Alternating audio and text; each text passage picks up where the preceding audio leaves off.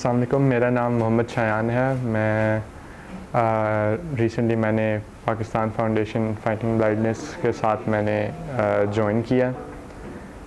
یہاں پہ ایک ڈسٹنکٹ کام کر رہے ہیں جو کہ ویژولی امپیئرڈ لوگوں کی ہیلپ کرنا، ان کی وے آف لائف کو امپروو کرنا اور ان کو نارمل سوسائٹی میں انٹیگریٹ کرنا کہ وہ ہیلپ لیس نہ ہو. میں نے ان کے ساتھ میں جب جوائن ہوا میں نے ایک چھوٹا سا پروجیکٹ ان کے لیے کیا. ایک کامک بنائی میں نے. اس کا میں نے ایک تھیم یہ تھی کہ میں ڈپکٹ کرنا چاہتا تھا کہ جو وائٹ کین جو بلائنڈ لوگوں کے لیے ہوتی ہے اس کی امپورٹنس اور اوور آل جو ان کی پرابلمز ہوتے ہیں جو بلائنڈ لوگوں کے فیس کرتے ہیں ان کے لیے ایک اویئرنیس ریز کرنا چاہتا تھا نارمل لوگوں کے لیے.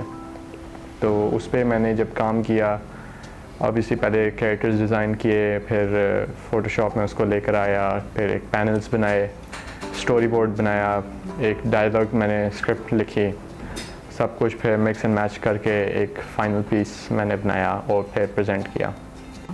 مجھے بہت اچھا لگا اس پہ کام کر کے کیونکہ ایک تو میری ایک نیا ایکسپیرینس تھا کہ ایک پروفیشنل طریقے سے میں اپنے اسکلز کو یوز کروں اور ایک سنسیئر کاز کے لیے ہو رہا تھا یہ کام.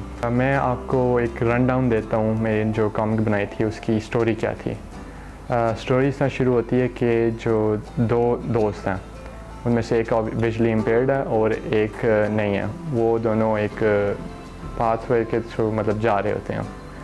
اب جو بالکل ویژولی امپیئرڈ ہیں ان کے لیے کافی آبویسلی مشکل ہوگا کہ without any assistance of white can کہ وہ ایسے جا سکیں.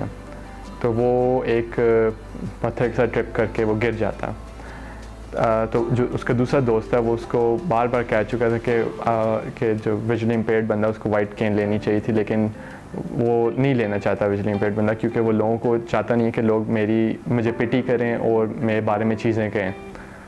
تو نئی بات وہ سننا چاہتا تھا اپنے دوسرے دوست کی جو اس کو بار بار کہہ رہا تھا کہ وائٹ کین لے لو.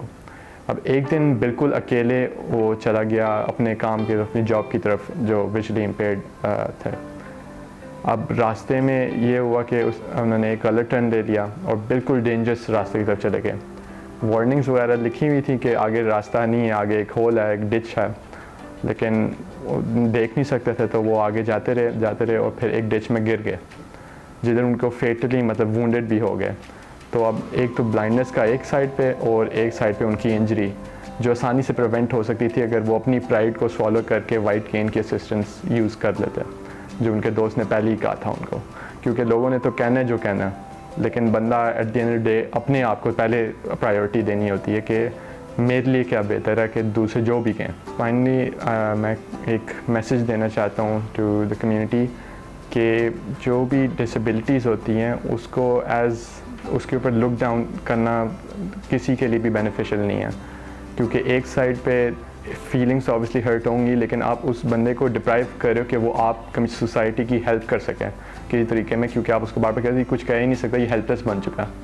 اگر آپ اس کو اتنی اسپیس نہیں دو گے، ایک انکلوسیو انوائرمنٹ نہیں بناؤ گے، تو پھر آپ نے ٹیکنیکلی تو ایک بندہ لوز ہو گیا جو آپ کو پرووائڈ کر کے دے سکتا ہے. ٹھیک ہے نارمل طریقے سے نہیں کر سکتا لیکن کر سکتا ہے کسی طریقے میں، سوسائٹی کو اوور آل امپروو کر سکتا.